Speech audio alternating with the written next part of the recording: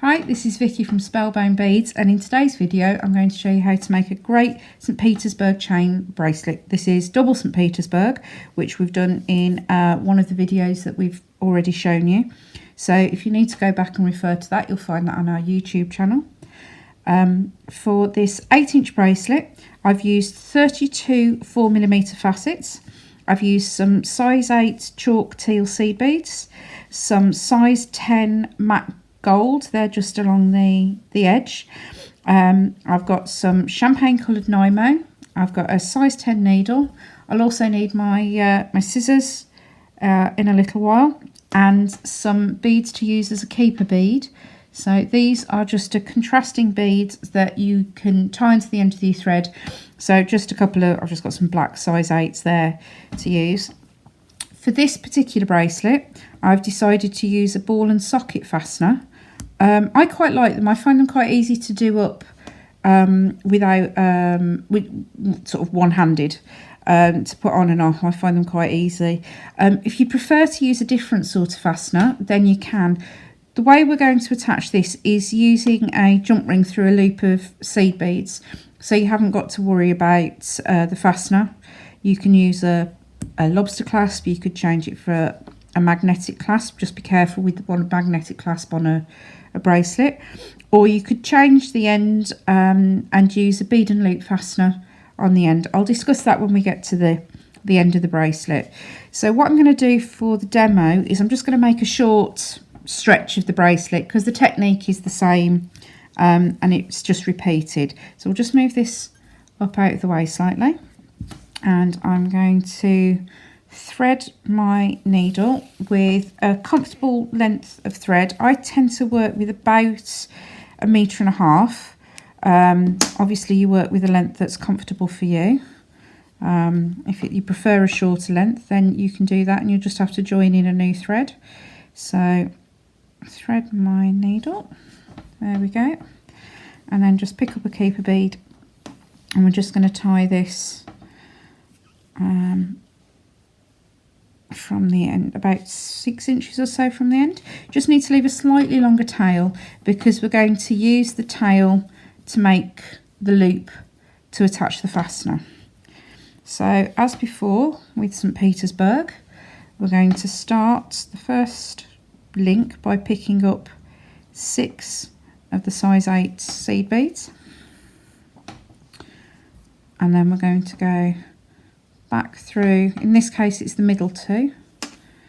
Oops, hang on, my scissors. Bring those round into a circle, and then we're going to turn using one of the size 10 seed beads. This just gives it a slightly daintier edge. Now if you wanted to, you could do this all in one colour, but I quite like the contrast because it just gives it a little bit of elegance. And then we're going to pick up a 4mm facet, and we're going to go up through those 2 beads that are sticking out on the end, and that's our first stitch completed. So next time round we're going to pick up 4 because the 2 are already there, and we're going to come up through 2, pull that through, pick up 1, down through 3, whoops, and pick up a facet. And if you've watched the other videos, this should be feeling very familiar to you about now. So we'll just keep going for a little way. So we'll make a very short bracelet. So I'll just do about 10 facets, just so that it's enough for you to see the technique, but not so much that we do the whole thing.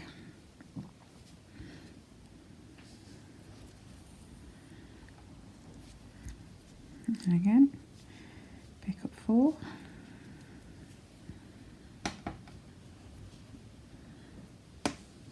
Okay.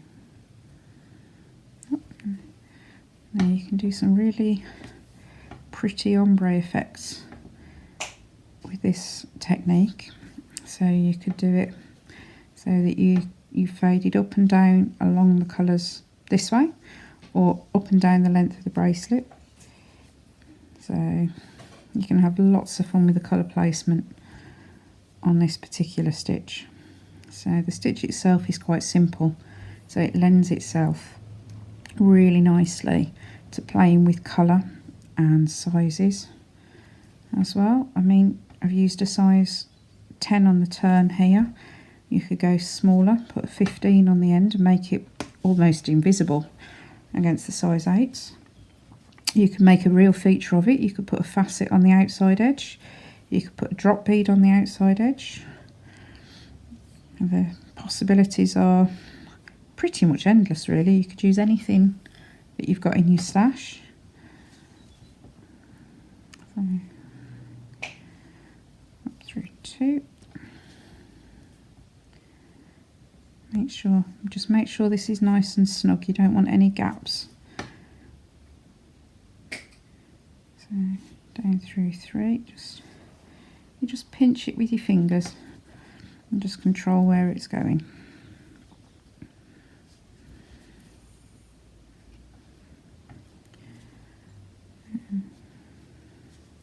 So what have we got? So that's 6.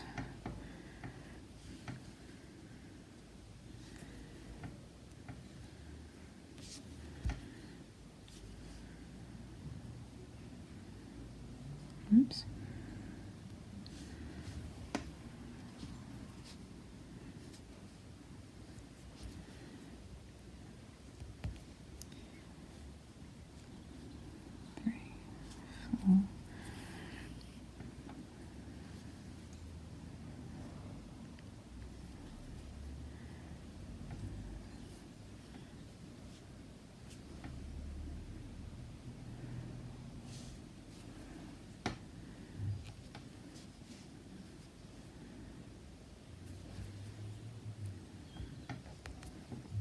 So 2 more repeats for this sample version.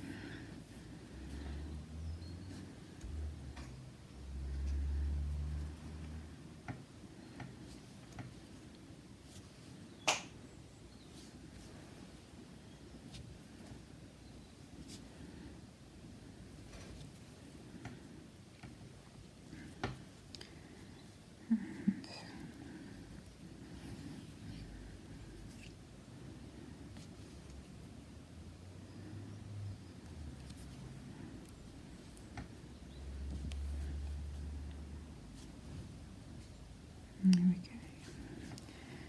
So there we go. So that's 10 repeats. So if you just leave that with the longish tail, oops, just hanging, and what we'll do is we'll start the second piece of St. Petersburg. So I've prepared my needle with the second length of thread with another keeper bead on, and we're going to start our second side of the St. Petersburg. We don't need any more facets, so I'm just going to move those out of the way. So again, we start by picking up 6 of the size 8 seed beads, back up through the middle 2, and pick up the gold bead for the outside edge, come back down, and then this is the bit where you could probably do with an extra hand just for a minute while you do this, because you're going to come up through the facet there. Just check you're going in the right direction, because if you went through the facet at this end, you'd end up with all of your St. Petersburg stripes running in one direction rather than having the V shape, which you might like to do. So it's a variation that isn't wrong, but not what we're aiming for with this particular bracelet. So then hold that in place and come up through the 2 beads there. Okay, and then it's just a case of repeating the stitch for the second side of the bracelet. So again,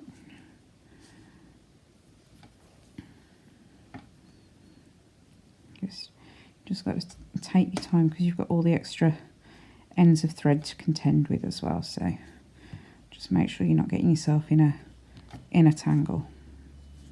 So pick up one, going through 3, up through the facet, and the 2 size 8s.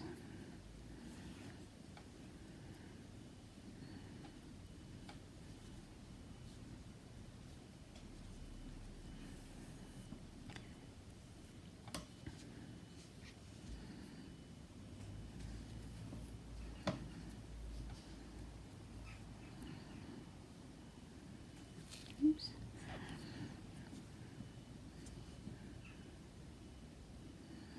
You can, if you find it easier, flip your work over so you're working this way round, so then it's the familiar stitch that you're used to. But I find that having the length of the bracelet on the right hand side just isn't quite comfortable for me, so I stick to having it this way around, and just have to remember to flip the last half of the stitch over every time.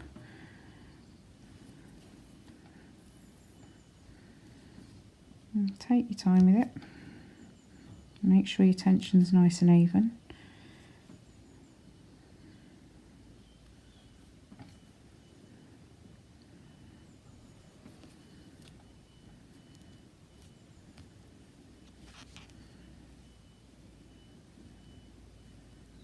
And come up.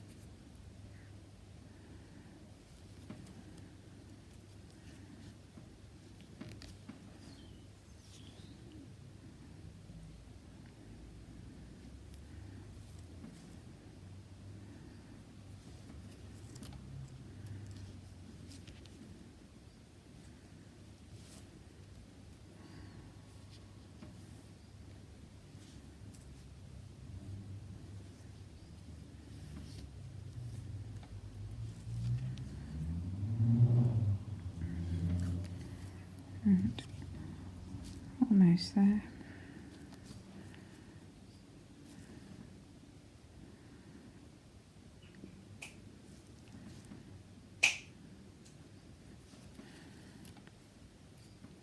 Up.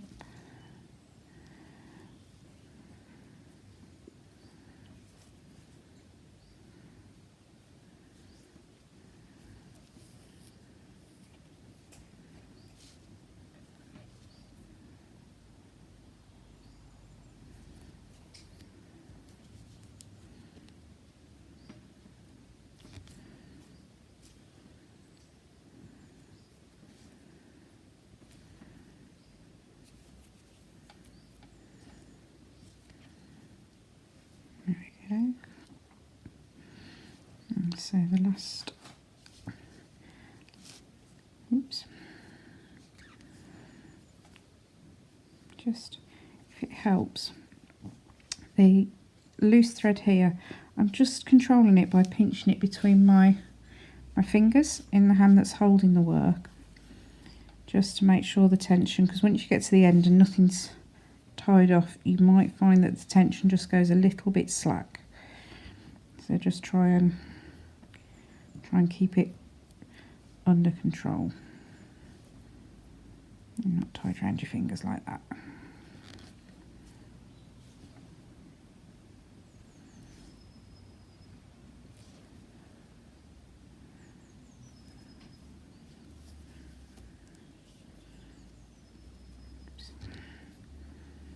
Okay.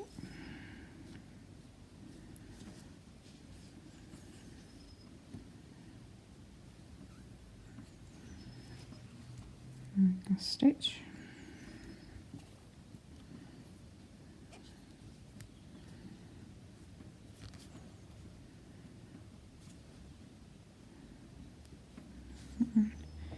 Through the facet. And through the last two on the end. And that is the bracelet there for clearly somebody with a very tiny wrist. Although you could join that together and make yourself a little finger ring. So there's another idea for you to have a ponder on. So what we're going to do now is we're going to finish off the ends to attach the clasp. So I'll need a ball and socket clasp, which is one of those, and I will also need some oval jump rings that I've got just here. So you will need a couple of pairs of pliers to open the jump rings, but we'll get to that in a sec. So what I'm going to do is I'm going to make this loop on the end of the bracelet here using the working thread, and then what I'll do is I'll finish this thread off and I'll use the thread from the first side of the bracelet to reinforce with, so that you've got two strands of thread running through the clasp to make it nice and secure on the end. So to make this one, we're going to start by picking up two of the size 10 seed beads, then a size 8, and then I've used 6 beads in my loop. I'll pull that down to the body of the work, and then we're just going to come through that size 8 just to pull the 6 on the end into a loop. We'll pick up 2 more size 10s and we'll come down into the body of the work there, so through the 2 size 8s and then through the 4mm facet. Okay, so then we'll finish off this end of the thread. Oops. By looping under that working thread there and tying a knot. And then if we go up through there, and then you need to try and follow the thread path that you've used, or at least so that take the threads through where the threads already are. You don't want to sort of see any extra odd ends of thread just sticking out.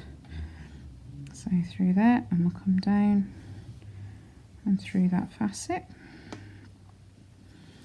and then we'll just put a little bit of tension on the thread that we're cutting there. Make sure you're very careful now, you need to cut through that working thread.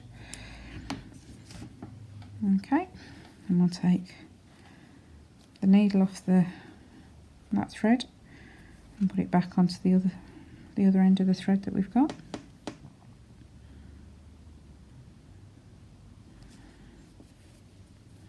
And we're going to reinforce this thread path that's through here, so we'll do it in reverse.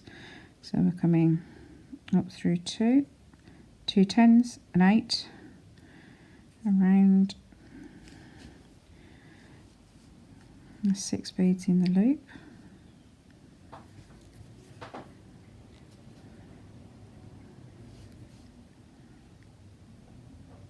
and back down the other side, and again back into the work,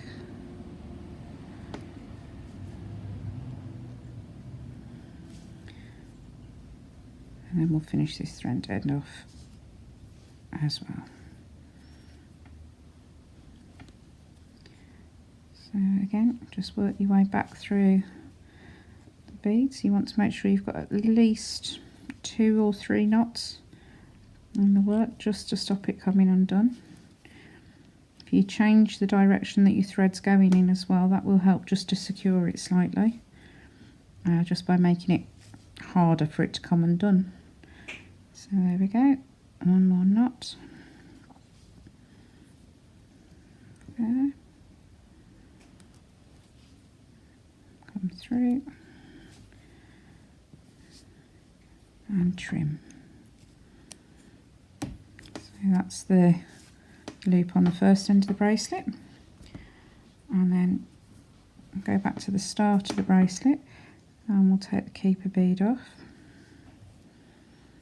and again we'll just do this one end at a time. So I'll leave the other keeper bead in place because, as you can see, there is one bead there that's not secured to anything, so it'd be awful to lose it at this stage in the bracelet. So again, thread your needle, a 10, an 8, and then 6 10s for the loop. 6, and then again come back round through the 8,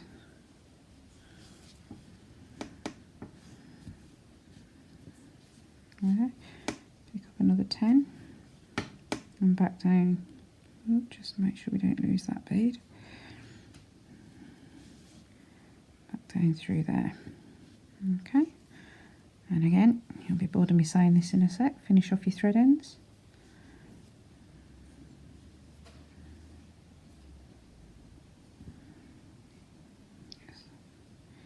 Take your time, make sure you don't get any loops sticking out where you don't want there to be a loop.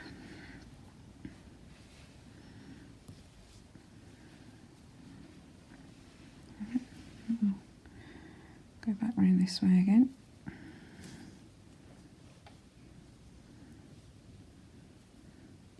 And trim.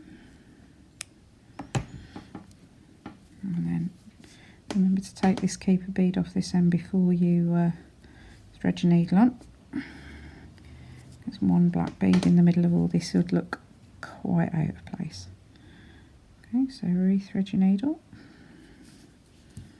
And again, reinforce this loop on the end, because this is where the pressure point is on your bracelet. It's where the clasp connects to the body of the bracelet. So just make sure that's nice and secure. Okay, and again, a few more knots.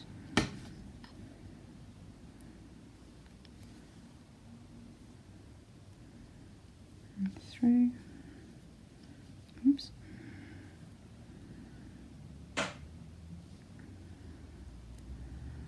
And there we go. And we'll go back up this way.